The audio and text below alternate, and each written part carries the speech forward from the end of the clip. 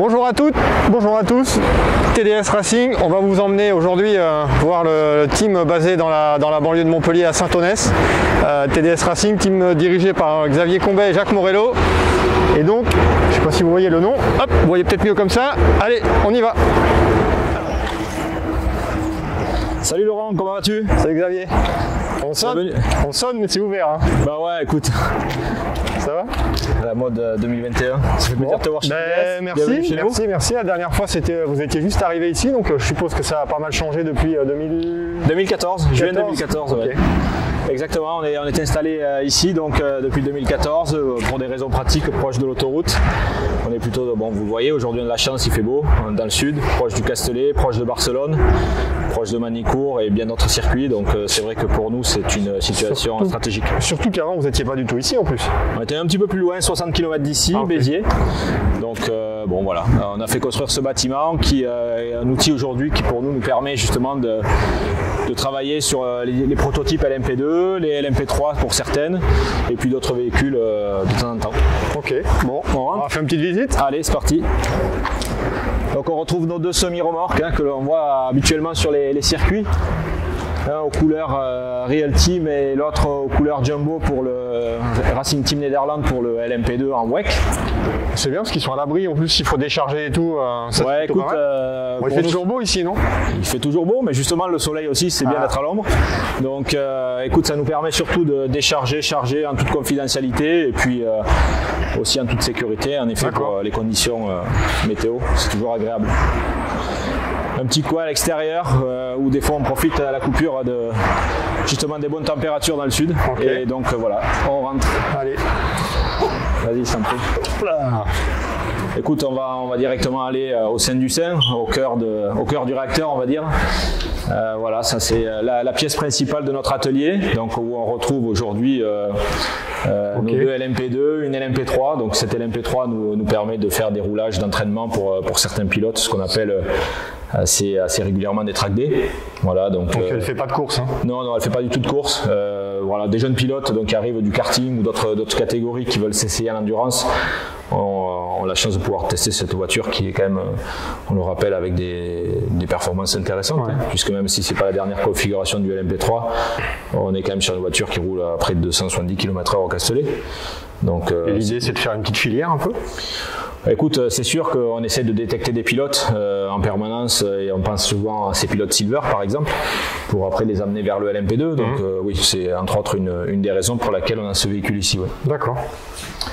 Voilà, donc après on poursuit l'avancement dans l'atelier. Donc on retrouve les deux LMP2 qui roulent habituellement et cette année pour le championnat 2021 en championnat du monde. Donc la Real Team où Esteban, Loïc et Norman se partagent le volant. Et un petit peu plus loin donc la Jumbo avec Fritz Van Aert, Guido van der Garde et Job van Nittert. Donc on a la chance d'avoir, après une course du championnat, la première voiture et la seconde au classement en Pro-Am. C'est les deux mêmes, hein? Exactement, ouais, tout à fait. Deux châssis Oreca, donc on n'est pas très loin de la société de Schoenack. Donc c'est vrai que pour nous, c'est important d'avoir une proximité avec le fabricant de châssis. Parce qu'au-delà des échanges logistiques, il y a aussi toute la relation entre Français, c'est toujours sympa de pouvoir travailler. Et puis la relation qui s'est créée en 2011 maintenant, puisque... C'était les débuts en LMP2. Oui, pour le LMP2, exactement. On avait débuté avec la Oreca 03 à l'époque, sous les couleurs Thierry by TDS Racing. Et donc voilà, on s'est quasiment jamais quitté avec Oreca. Donc là, vous les préparez pour le prochain rendez-vous qui sera, qui n'est pas tout de suite encore. Alors, j'allais dire qu'il se rapproche à grands pas puisque le 13-14 juin, donc nous serons à Portimao maintenant dans une quinzaine de jours pour la deuxième manche du championnat du monde. Donc comme on le disait tout à l'heure, on a fait la première course à Spa le 1er mai et ensuite donc voilà la deuxième course, on a hâte d'y être maintenant. C'est vrai que cette année le championnat est un petit peu plus light en nombre de courses et ça nous d'un côté, ça nous permet d'avoir des temps de révision et d'optimisation des véhicules assez longs entre les courses. De notre côté, on aime bien être sur les circuits, on aime les challenges, on aime la course. Et ça a été un endroit un peu mort, on va dire, l'année dernière avec la situation sanitaire, où vous avez toujours quand même gardé un peu une petite activité du coup l'année passée? Non, finalement l'année dernière, comme tout le monde, on a été contraint de rester chez nous toute la période du mois de mars, d'avril, mais après, à partir de fin mai, nous sommes tous revenus à l'entreprise pour relancer notre travail sur les véhicules. On a fait quand même pas mal d'essais dès qu'on a pu le faire. On avait fait quelques séances d'essais privées, entre autres au Castellet. Et puis après, l'année s'est enchaînée avec un rythme assez soutenu. Donc, très honnêtement, la grosse différence avec les autres années, c'est que bien sûr, on a commencé le championnat assez tard. Je crois que c'était juillet de tête. Mais ça a été une année assez rythmée. Donc, il y a combien de personnes qui travaillent en temps normal? En temps normal, c'est une dizaine de personnes qui sont ici chez TDS Racing. Et bien entendu, après, on travaille avec des freelances qui viennent renforcer le groupe. Puis il faut les dispatcher avec les vacances, je suppose, parce que comme les meetings s'enchaînent les uns après les autres, après, c'est ce qui est un peu compliqué tout l'été, là. Oui, exactement. Là, clairement, pas mal de nos gars sont en congé. Donc, les courses ont démarré, mais vont s'enchaîner de maintenant de juin à septembre non-stop. Donc c'est vrai que pour les vacances d'été, il faut pas trop y penser. Faut pas oublier. Donc voilà, les gens ont pris des congés, ils sont en récup aussi, puisqu'il faut pas oublier que notre activité en fait nous impose beaucoup de déplacements, et donc les week-ends y compris. Donc là on peut voir les entrailles d'une LMP2. Ce qui est quand même pas très très courant à voir. Hein. Ouais, écoute, donc on reste, la catégorie LMP2 est plutôt bien faite, puisque je sais que tu rentres du Castellet avec les GT, on parle souvent de BOP en GT. En LMP2, ça n'a jamais été trop le cas, il n'y a jamais eu de BOP particulière sur une LMP2. Donc on arrive à avoir des performances quand plusieurs constructeurs sont sur la grille de départ assez similaires. Donc on va retrouver la première particularité, c'est qu'en LMP2 on a tous le même moteur qui est fourni par Gibson. Alors quand on achète une voiture, une LMP2, on n'achète pas le moteur. Le moteur est en location. Donc en fait on va louer au kilomètre au fabricant, au motoriste le moteur, et quand il arrive en fin de vie, donc son potentiel est atteint, on renvoie le moteur chez le constructeur, il le révise et nous envoie un autre moteur. Et vous avez un nombre de moteurs à l'année qui est dans la réglementation, ou vous pouvez faire un peu ce que vous voulez? Alors, on ne peut pas faire ce qu'on veut. Le moteur a une durée de vie, un nombre de kilomètres à effectuer, et une fois qu'on a atteint ce nombre de kilomètres maximum, on renvoie le moteur. Alors, si on veut changer le moteur avant, il faut qu'il y ait une bonne raison, soit un problème technique particulier. Donc les ingénieurs de Gibson sont toujours sur le terrain, donc sur les circuits. Donc ils viennent prendre les données en permanence électroniques, ils viennent faire du contrôle visuel, du contrôle mécanique. Si eux-mêmes constatent une défaillance au niveau du moteur, ils vont faire les réparations s'ils peuvent le faire sur site, ou sinon ils vont nous changer le moteur. C'est-à-dire que tu peux pas dire avant chaque course, je prends un moteur neuf et je fais rouler une voiture avec un moteur neuf. Non, c'est pas possible. Ça, c'est pas possible. La réglementation ne le permet pas. La réglementation ne le permet pas, parce qu'on s'imagine bien que au niveau des coûts. Au niveau des coûts, et puis si on partait dans cette histoire-là, il y aurait un changement de moteur récurrent, ça serait pas très facile à gérer. Maintenant, si on a un doute sur la performance du moteur, ce qui peut arriver, hein, on a suffisamment d'électronique et de données sur une LMP2 pour se rendre compte si le moteur est défaillant ou pas, ou en tout cas en manque de performance. On peut demander à passer le moteur au banc. Donc pour ça, il y a une démarche particulière. Il faut s'adresser à la FIA, et la FIA accepte sous certaines conditions de passer le moteur, et on voit ce qui se passe. C'est-à-dire que vous ne faites pas ce que vous voulez? Non, on est très contrôlé. Donc après, on a le moteur, hein, bien sûr, qui est accroché au châssis, et puis et donc derrière, dans l'ensemble, on a ce qu'on appelle la cloche de boîte, où se trouve l'embrayage, juste entre le moteur et la cloche. Et ensuite, cette petite partie noire, c'est la boîte des vitesses. Donc on peut deviner quelques faisceaux électriques qui se baladent un peu partout. C'est la somme de capteurs sur le véhicule. Je ne saurais pas vous dire combien de capteurs équipent le véhicule, mais je peux vous dire qu'il y en a beaucoup, que ce soit sur la boîte, sur le moteur, sur le châssis et à plein d'autres endroits. Voilà. C'est là où tu comprends que si jamais il y a un problème, il faut arriver à... Oui, alors on a des gars qui en fait passent leur temps, parce que bien sûr c'est leur travail, à démonter, remonter, optimiser, réviser. Donc je suis persuadé qu'ils pourraient faire certaines interventions en fermant les yeux, clairement, et en les faisant parfaitement. Donc c'est vrai que quand on est face à des sorties de piste et donc des incidents majeurs, ils sont très réactifs en termes de réparation. Et vous faites ce que vous voulez en termes d'essais, ou vous êtes réglementé aussi? Alors en championnat du monde, cette année on a été libéré. Les années précédentes, on avait on avait un nombre d'essais maximum autorisé, essais privés. Donc il y a une réglementation qui parle d'essais fermés, d'essais ouverts, etc. Je passerai les détails. Cette année, c'est un petit peu plus libre, donc on doit faire un déclaratif d'essai pour prévenir l'organisateur que l'on va en test, mais on n'est pas limité. D'accord. Ok. On est en poste de pilotage. Alors, donc, je pense que tu vas me dire qu'il y a un problème, il y a une différence entre Norman Nato et Loïc Duval. Ouais, c'est ça, il y en a un qui a les jambes plus courtes que l'autre. Okay. D'ailleurs, c'est gênant quand ils vont courir ensemble. Il y en a un qui fait des grands pas et il râle tout le temps. Je vous laisse deviner qui c'est. Plaisanterie mise à part. Donc, Norman, t'es tout petit, hein. Je ne veux pas dire, mais.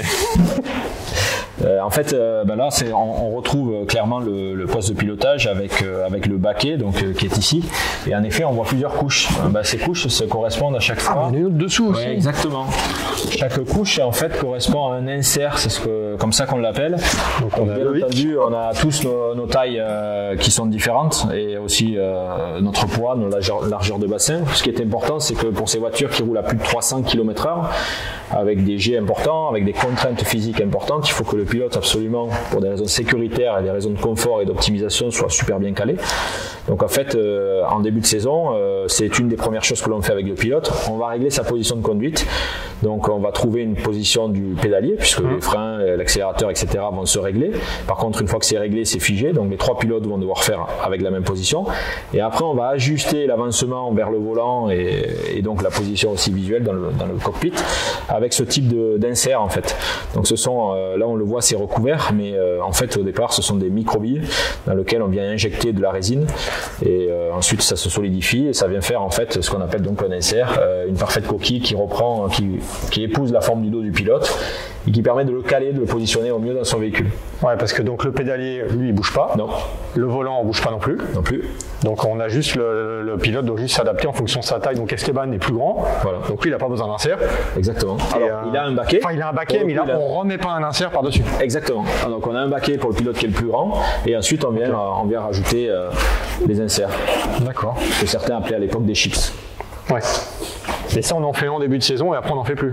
C'est l'objectif, ouais. Sauf si jamais il y a un problème et tout au niveau du bassin qu'il faut le refaire. Voilà, exactement. Ok. D'accord. Bon. Écoute, là, on a la voiture donc, qui est en phase de révision et de remontage, puisqu'on a dit que dans 15 jours, les voitures seraient sur le circuit. Donc, on peut voir une voiture dans cet état-là et puis revenir ce soir et la voiture complètement finie. Ça va très vite en termes de travail. Hein. Vous dépouillez tout après chaque meeting. Alors, on a des protocoles de révision en fonction donc, de ce que l'on a vu pendant les essais, bien sûr, si on a rencontré des problématiques techniques ou pas. Et ensuite, dans un régime de révision classique, il y a toujours de toute façon des pièces qui sont tout le temps démontées et tout le temps contrôlées. Et après, il y a certaines pièces donc, sur lesquelles on va en fonction du kilométrage effectué pour la voiture.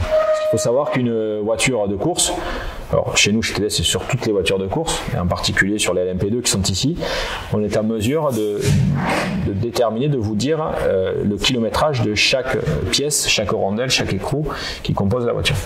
Puisque l'endurance, c'est une course qui est longue, qui est assez contraignante, et avant toute chose, comme certains disaient à l'époque, pour gagner une course, il faut d'abord la finir. Ouais. Et donc, il faut que la voiture soit la plus fiable. Donc, pour qu'elle soit fiable, il faut qu'on ait une réelle visibilité sur l'état des pièces.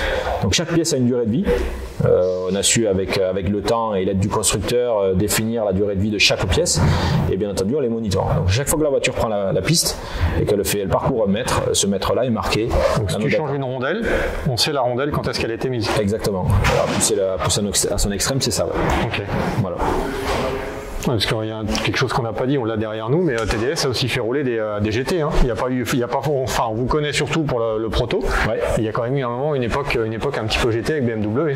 Oui, tout à fait. On avait débuté à l'époque, si on revient même avant, on avait débuté avec la Megane Trophy en World Series by Renault, et ensuite par du proto et de la GT en même temps, puisque c'était une époque où on faisait le GT Blancpain, du GT français, et également on commençait le proto. Donc on a eu fait pas mal de courses en Europe et en France avec les BMW Z4 à l'époque, qui étaient des voitures formidables avec un bruit terrible, une aéro qui était géniale, mais au niveau de la traînée c'était pas top du tout, donc un peu des carences en vitesse de pointe, mais après une voiture très agréable à conduire. Puis une top déco. Et les top déco, toujours faites par Gazmaster, qui nous suit finalement depuis le début. Hein. Ouais. Voilà, c'est notre designer historique qui a fait les décos de ces deux protos, qui a fait les décos des BM et de toutes les voitures de chez TDS. Ouais. On retrouve bien sa touche. Donc on peut aussi évidemment rendre le pare-brise un peu plus propre en cours de course. Oui, exactement. Donc bon, je pense que là tout le monde connaît, mais c'est ce qu'on appelle donc des tear-off. On a un système classique donc qui est d'essuie-glace avec un petit lave-glace. Mais des fois, selon l'état de la piste et des projections, il est plus rapide, plutôt que de nettoyer le pare-brise, de venir tirer un tear-off et permettre un restart plus rapide. Donc ici, en fait, si on se rapproche, on retrouve un petit peu le cœur de la voiture. Donc on va retrouver les boîtiers, on va retrouver les batteries, on va retrouver aussi une petite gourde pour le pilote, puisque le pilote, quand il enchaîne les relais, il fait quand même des températures assez élevées. Il puisse se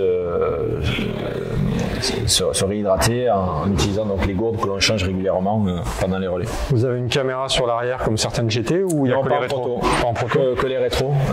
D'ailleurs là qui sont démontés, hein, on voit qu'il manque une bonne partie de la voiture. On a que les rétros. Tout à fait. Et vous avez un système de marshalling aussi là, en fonction des décisions évidemment qui peuvent être prises en cours de course. Ouais, tu l'as ici. Donc ça c'est un outil qui est très pratique parce que le pilote bien sûr, la première des choses c'est en conduisant, il observe les commissaires, donc il agite des drapeaux. En fonction des couleurs des drapeaux, il sait déterminer l'incident ou en tout cas l'événement qui se passe sur la piste. Mais également il a un rappel donc à l'intérieur de la voiture avec ce qu'on appelle le marshalling system. Donc c'est un système qui fonctionne plutôt bien puisqu'il détermine la position de la voiture sur le circuit et donc si à l'endroit où va arriver la voiture il y a un incident par exemple, un drapeau jaune, en prévention le dash, l'écran va s'allumer en jaune, en marquant yellow et donc le pilote va pouvoir anticiper un éventuel événement. Ok. Et votre préparation elle est différente quand vous abordez Le Mans et quand vous abordez une course du championnat du monde ou est-ce que c'est exactement la même préparation? C'est le même travail. Après, c'est vrai que quand on va faire une course longue, comme tout à l'heure, je parlais de potentiel kilométrique de chaque pièce. Donc, l'objectif pour nous au Mans, qui est une semaine quand même assez intense et assez longue, hein, puisque les premiers roulages se font le mercredi et la course se terminera le dimanche. Le but c'est d'avoir toujours une voiture à son optimum, mais également aussi le but c'est de préserver la forme des gars qui travaillent très tôt le matin jusqu'à très tard le soir. Donc notre objectif c'est d'arriver avec une voiture qui soit quasiment prête pour la course du Mans. Donc très rapidement en fait on va monter tous les accessoires de la voiture neufs avant d'aller sur la piste. Donc le travail qui va être fait ici principalement c'est du changement de pièces. En but d'arriver là-bas et d'avoir le moins de travail possible à faire sur place. Ouais. Sur place. Ouais. Ok. Et si on bascule sur l'autre auto, hein, on va se rendre compte que c'est. Donc là on est sur la même voiture, le même châssis. Exactement. Le même championnat, la seule chose qui change c'est la couleur. J'ai envie de dire voilà exactement. J'ai envie de dire que c'est seulement la couleur qui change. On disait tout à l'heure, hein, on est sur des voitures Oreca, donc on est exactement sur le même type de voiture, le même moteur, on l'a dit aussi, même boîte de vitesse, les mêmes trains roulants, etc. Donc l'objectif d'une équipe, en tout cas chez TDS c'est comme ça, c'est d'avoir de fournir à nos pilotes, nos clients et partenaires vraiment le même potentiel. Donc on va faire attention d'avoir le même montage, les mêmes protocoles sur une voiture sur l'autre et ça va permettre aussi, en cas de souci, de pouvoir faire des comparatifs, des choses comme ça. Et vous pouvez, vu que vous avez deux voitures, c'est aussi un avantage en termes de réglage aussi. Bien sûr. Partir sur des réglages un peu différents et ça vous permet peut-être aussi de progresser un peu plus vite. Ouais, complètement. En fait, on a deux voitures qui sont sous deux couleurs différentes, avec des pilotes et bien sûr des enjeux qui sont différents, puisque chacun joue pour la gagne. Mais au départ, on est une équipe. Donc l'objectif, c'est que cette voiture essaye certains setups, l'autre voiture en essaye d'autres. Et avant la course, bien sûr, les données sont croisées, autant pour les pilotes que pour les ingénieurs. Et l'objectif, c'est de mettre le meilleur réglage sur les deux voitures. Ouais. Et par contre, on est bien d'accord que les deux voitures, donc les noms de team sont différents, mais chaque voiture fait sa propre course. Là, on ne parle pas de course d'équipe, on est bien d'accord. Vous êtes prestataire pour Racing Team Nederland et pour Real Team. Donc si Real Team bat Racing Team Nederland ou inversement, il n'y a aucun problème. Oui, exactement. Après, il y a un gentleman driver agreement forcément entre nous. L'objectif entre nous et entre eux surtout, tout. L'objectif, c'est que chacun respecte l'autre, mais ça, c'est dire que ça se passe plutôt bien et il y a un bon état d'esprit entre les deux. Après, c'est la course, que le meilleur gagne. Et les ingénieurs travaillent ensemble, partagent leurs données, même pendant la course. Mais on va essayer de tirer le meilleur parti de cette auto et de l'autre et que le meilleur gagne. C'est la piste qui rend son verdict. Exactement. D'accord. Ok. Voilà, et puis là on voit finalement les pièces qui sont démontées, qui ne sont pas sur la voiture, on les retrouve là. La particularité d'un proto LMP2, c'est que, et de toutes les voitures qui font l'endurance, l'objectif c'est que si on a une pièce à changer, il faut qu'elle se change rapidement. Donc je vais prendre l'exemple de ce qu'on appelle nous le bloc arrière. Donc ça c'est une partie. Ouais, voilà, c'est juste la pièce arrière de la voiture. Donc on retrouve l'aileron. Donc en fait, en 2 coups de clé, on va pouvoir verrouiller ou déverrouiller, enlever la pièce sur le véhicule. Combien de temps pour changer à peu près là? Moins de 10 secondes, assez rapide. Donc on retrouve des petites choses, ça ce sont des pins de centrage en fait pour bien centrer le bloc, et on va retrouver un connecteur. Dans ce connecteur on va passer toutes les informations électriques pour alimenter entre autres les feux et autres qui sont sur le bloc arrière. Donc vous avez aussi des ensembles qui sont prémontés, qui sont juste au niveau mécanique aussi. Ouais, écoute, on a fait un petit peu comme chez Ikea, on s'est fait du montage rapide avec des notices. Alors on a évité de prendre des notices pendant la course parce que qui prend du plaisir à monter les meubles chez Ikea. Donc ce qu'on a fait, c'est que, plaisanterie mise à part, en fait la voiture en fait est bien sûr prête à rouler, mais on a également tous les sous-ensembles prémontés en secours. C'est ce qui nous permet de réagir très vite en cas de problématique technique, un demi-train arraché ou des choses comme ça. On est capable de remonter un demi-train sur la voiture en très peu de temps, sans que pour autant chercher des pièces ou quoi que ce soit, et repartir le plus tôt possible. Et vu que vous partez aussi dans le monde entier avec le Japon, il y a aussi Bahreïn, toutes ces caisses aussi vous permettent aussi de tout, enfin il faut tout emmener, vous emmenez tout. Ouais, donc c'est une petite partie des pièces. Dans notre salle, on pourrait retrouver d'autres équipements, mais en effet, la particularité donc, du championnat du monde, alors quand on est en Europe c'est facile, on prend nos semi-remorques, on charge notre matériel et on s'en va, on va faire nos courses. Quand on part en overseas, la problématique c'est qu'il faut imaginer que la dernière course en Europe par exemple se fait en août, et ensuite les voitures vont partir sur toutes les courses overseas, donc au-delà de l'Europe, au Japon, au Bahreïn et dans d'autres époques en Chine, etc. On ne va pas revoir les voitures à l'atelier chez TDS pendant plusieurs mois. Donc il faut être en autonomie complète. Donc ça sous-entend d'avoir un stock de pièces de secours important et de s'être organisé aussi, parce qu'il y a les pièces en cas de choc, mais il y a aussi toutes les pièces de révision, on en parlait tout à l'heure, qu'il va falloir changer sur les circuits. Donc toutes ces pièces sont réparties dans un ensemble de caisses qui vont partir soit sur des containers, dans des containers maritimes, donc les gros containers qu'on peut voir sur les semi-remorques au bord de sur les bateaux et tout, ou aussi. Des containers spécifiques aériens, puisqu'il arrive que nos voitures et notre matériel partent par les airs. Ça dépend en fait du temps que l'on entre chaque course. Et vous avez un châssis entre guillemets de rechange? On a 2 châssis de rechange, un pour chaque. Exactement. Comme je disais tout à l'heure, notre objectif c'est vraiment de fournir la meilleure des prestations à chacune de nos voitures, équitablement. Donc on veille à ce que chaque voiture ait son lot de pièces de sphères identiques à l'autre. Il vous suit, le châssis suit aussi les meetings? Tout nous suit, ouais, tout à fait. Et aux États-Unis, parce que vous avez fait les 24 heures de Daytona aussi en début d'année là. Ouais. Donc c'est la même chose. C'est la même chose. À chaque fois qu'on s'en va, on a une voiture complète, plus les pièces de secours, plus un châssis de secours. Okay. Tout à fait. Tout ça est démonté, bien entendu. Oui. Mais c'est comme ça que l'on travaille. Ouais. Si vous faites aussi le composite, vous faites aussi tout ça, vous travaillez. On a un département de composite où on répare toutes les pièces, puisque aujourd'hui la LMP2 est faite à 100% de carbone, jusqu'au disque de frein d'ailleurs. Ici, on peut voir le disque de frein. Alors la particularité On est loin de la voiture de série. Hein. Ouais, exactement. On n'a pas de système de récupération d'énergie, mais on a des disques en carbone avec des plaquettes en carbone qui amènent un fort potentiel de freinage, qui fonctionne aussi avec des contraintes assez importantes, puisqu'on atteint des températures de 400 degrés, cette température de fonctionnement d'un disque carbone, qui amène aussi, c'est ce qui nous permet, ce qui permet au pilote de décélérer très tardivement à des vitesses à plus de 300 km/h.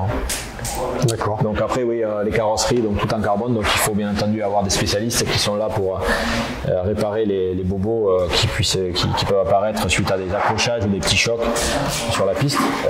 Donc on a des gens qui font ça, ouais, tout à fait. Et il y a quelque chose qu'on n'a pas dit aussi, mais vous avez les mêmes pneumatiques aussi, pour tout le monde. Oui, exactement. Cette année on roule en Goodyear, donc l'année dernière, jusqu'à l'année dernière, le choix des pneumatiques, on avait le choix entre deux marques, entre Michelin et Dunlop qui est devenu Goodyear. Cette année on a tous les pneus Goodyear, donc voilà, il faut travailler à trouver le meilleur compromis, les meilleurs réglages, puisque le pneumatique est un élément très important dans le fonctionnement de la voiture. C'est le seul élément qui fait le lien entre la piste et la voiture. Donc il y a un gros travail de développement qui est fait autour de ça. Ouais.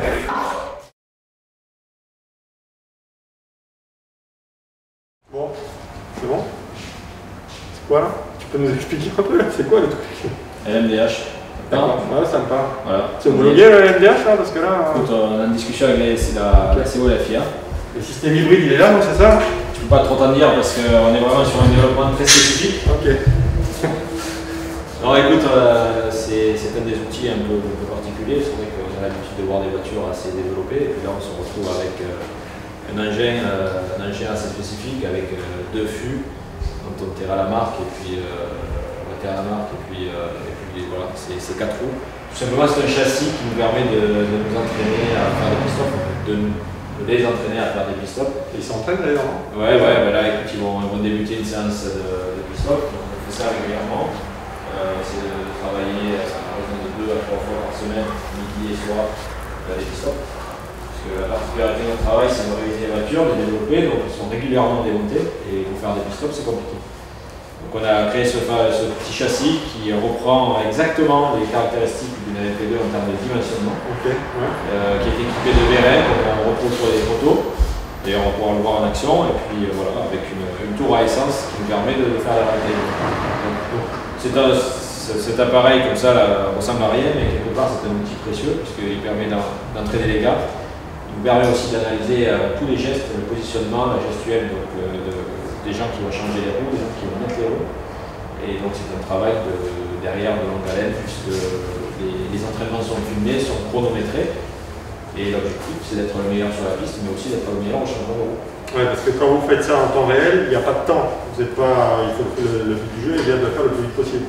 Exactement. Donc il y a une règle qui vous propose un certain nombre de personnes autour de la voiture, un certain type d'outillage à quantité d'éléments. Et après, il faut être le meilleur. Donc pour cela, il faut s'entraîner au maximum, parce qu'il y a une concurrence, il y a une concentration. Et quelque chose qu'on ne verra pas aujourd'hui aussi, on a pour affûter nos gars des entraînements physiques avec un coach qui vient 2 fois par semaine pour travailler le renforcement, le cardio. On voit bien que c'est une somme de détails finalement qui fait qu'on arrive à gagner une course. C'est quoi le poids d'une roue? C'est quoi le poids d'une roue? 22 kg. Ok, il faut être sportif en plus. Tu veux essayer? Non, c'est bon, c'est bon. Chacun son métier. 3, 2.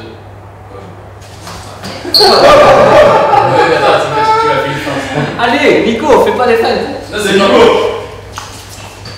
Stop.